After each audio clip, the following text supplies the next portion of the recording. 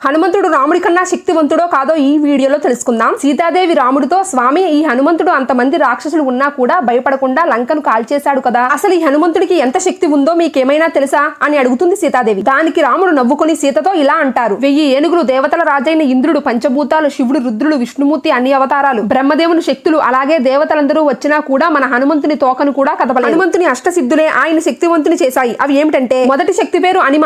ఈ శక్తితో హనుమంతుడు కంటికి కూడా కనబడినంత చిన్నగా మారిపోతాడు. రెండవ శక్తి మహిమ. ఈ శక్తితో హనుమంతుడు పెద్దగా తన శరీరాన్ని మార్చుకోగలడు. మూడవ శక్తి గరిమ. ఈ శక్తితో హనుమంతుడు తన శరీరాన్ని ఎవ్వరూ కూడా అందుకోలేనంత భారీగా చేసుకోగలడు. నాలుగవది లగిమ. ఈ శక్తితో వెలుగు కన్నా వేగంగా హనుమంతుడు ప్రయాణించగలడు. ఐదవది ప్రాతి. ఈ శక్తితో హనుమంతుడు తలుచుకుంటే ముల్లోకాల్లో ఎక్కడికైనా వెంటనే వెళ్ళగలడు. ఆరవది ప్రాకమ్య. ఈ శక్తితో హనుమంతుడు అనుకున్న కోరికలు నెరవేర్చుకోగలడు. ఏడవది వసిత్వ. ఈ శక్తితో హనుమంతుడు దేన్నైనా సరే వశం చేసుకోగలడు. ఎనిమిదవది ఈష్ట. ఈ శక్తితో హనుమంతుడు దేన్నైనా సరే తన ఆధీనంలోకి తెచ్చుకోగలడు. హనుమంతుడు మన పక్కన ఉన్నాడు కాబట్టి సరిపోయింది సీత, లేదంటే ఈ హనుమంతుని నేను కూడా ఓడించలేను. అంతటి శక్తిమంతుడు మన హనుమంతుడు.